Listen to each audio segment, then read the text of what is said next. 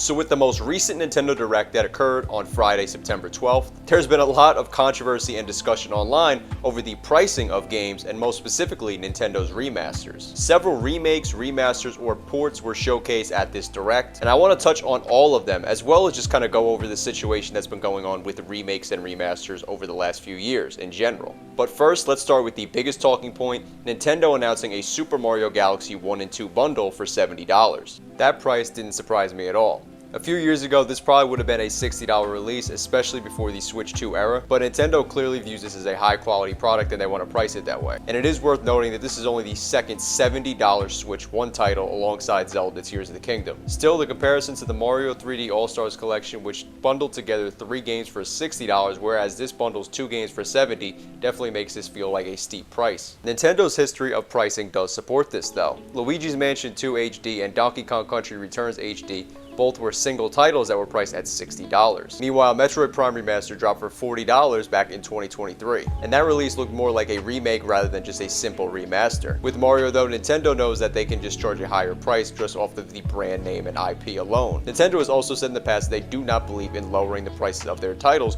which definitely makes sense with the fact that their first-party titles rarely go on sale, and also the fact that we see consistent Game of the Year contenders coming from Nintendo every year. But at the end of the day, Galaxy 1 and Galaxy 2 are both 15-plus-year-old games, with Galaxy 2 celebrating its 15th anniversary this past May, and they're both receiving relatively minimal updates. Buying both secondhand or just at GameStop would probably cost you about $60, so really what Nintendo is charging for is convenience, portability, 4K support, and also just not having to dig through your closet or a GameStop shelf or heck even eBay to find a copy of the originals. And that convenience comes with about a $10 or $20 premium of a price. For me, $30 per title would feel like a fair price. In a perfect world, $20 is probably what most gamers would want to pay for this, especially just due to the fact that with the 3D All-Stars collection, each game would be divided out into $20 if you were to look at it that way. But with Nintendo apparently at least putting in some extra work to these games, the value of them waits to be seen. Realistically though, I'm not surprised that Nintendo is charging any less than $40 for these games, just based on the fact that they value their IPs like I said, and also these are some of the highest rated games of all time. Meanwhile, Square Enix feels much more consumer friendly with how they're handling FF7 Integrate on the Switch 2. For just $40, which of course is the same price as the Mario Galaxy ports individually, you're getting the full game from just 5 years ago, plus the intermission DLC, which adds on about another 2 or 3 hours and was a good time for me, at least in my experience.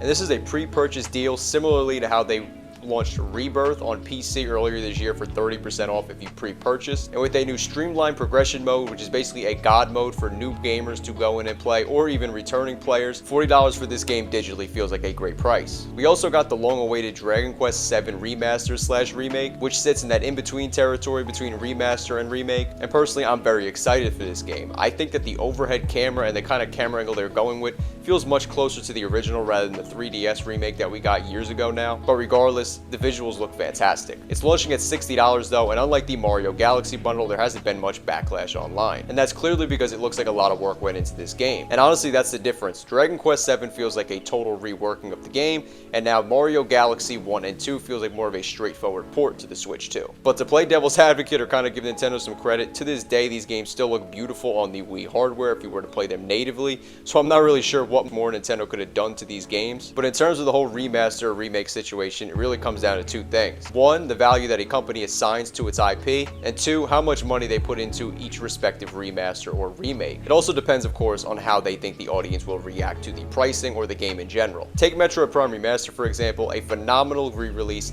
that honestly felt like it was worth more than just $40. If Nintendo had charged $60 for it, it definitely would have sold less copies, but honestly, it still would have felt like a justified price. They priced it lower, likely because they know that Metroid isn't mainstream in the same way that Mario and Zelda are, and to me, $40 is the sweet spot for a remaster, while a full-on remake definitely warrants a full-price release. And with Dragon Quest VII, for example, Square Enix knows that the original game is a massive time commitment, and as much as I wish they would have kept the full 100+ hour experience intact, it's no surprising now that they said they're going to be streamlining the original game in this new version. Die-hard fans like me, of course, will still buy it, but it's clear they want to appeal to the mainstream audience or just casual players in general who might be turned off by that super long playtime. We'll definitely have to see how much shorter the game ends up being, but the language they're using being quote-unquote significantly streamlined makes me believe that it definitely won't be anywhere close to the original's game length. And that's kind of the bigger picture that I do want to paint with all this, is just that it feels like rarely companies quote unquote get it right with remasters or remakes. The Mario Galaxy bundle, Dragon Quest VII,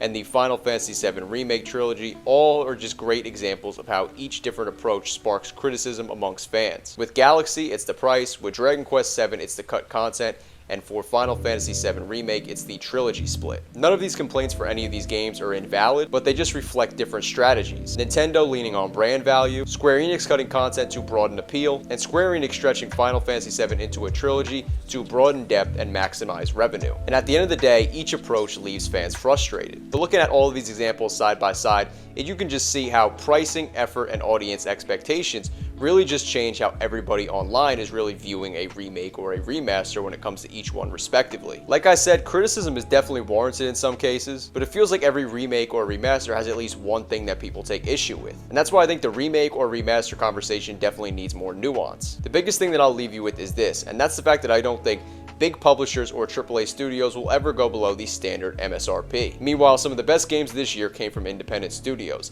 Expedition 33, Silk Song, Blueprints, Split Fiction, and all were either $50 or cheaper. You could even get Silk Song, which is a Game of the Year contender, for the same price as Nintendo's new Donkey Kong Bonanza DLC that they dropped on Friday. And my point overall is that it just really depends on where you're getting your games from. Because I think for a big corporation, I don't even see a DLC dropping for any less than $20. And honestly, for a smaller studio or an indie developer, you're going to be seeing phenomenal games released for a lower price. And on top of that, the retro gaming market continues to skyrocket in terms of price, and that's why honestly a lot of times these remakes or remasters are simply just the most affordable way to play these games. Gamers like us, as I'm sure if you're watching this, you're just like me as you keep up with the industry, right? We're not the type of people that the industry is typically targeting, especially these big companies or publishers. They're always targeting the mainstream. So while it's definitely easy to be frustrated, and I'm right there with you, the biggest thing that I always tell myself is that I don't need to spend money on a remake or a remaster as soon as it drops if I'm not happy with it. Because honestly, if the value's not there, I kind of just usually wait for it to get to a price that I think is more approachable or just is more fitting for said game. And yeah, it definitely stings to be disappointed for a game you were hyped for, but honestly, I'm so fortunate and privileged enough to play so many games each month that I don't really let it bother me. So I feel like you gotta just stay optimistic, take what you could get, and keep moving forward in terms of gaming and find a new game that's really a fit for you. With that said though, I want to hear down in the comment section what your opinions are on any remakes or remasters that I mentioned, or heck, even ones that I didn't bring up, and which upcoming ones are you the most excited for. If you enjoyed the video, a like would mean a lot as it helps out my channel, and if you're new here or a returning viewer who isn't subscribed, make sure to hit that subscribe button for more retrospectives, gaming news, and even JRPG content coming up soon. And we've definitely got a lot of fun JRPG stuff coming up with Tokyo Game Show right around the corner now. Thank you so much for watching, and I'll catch you in the next one. Peace.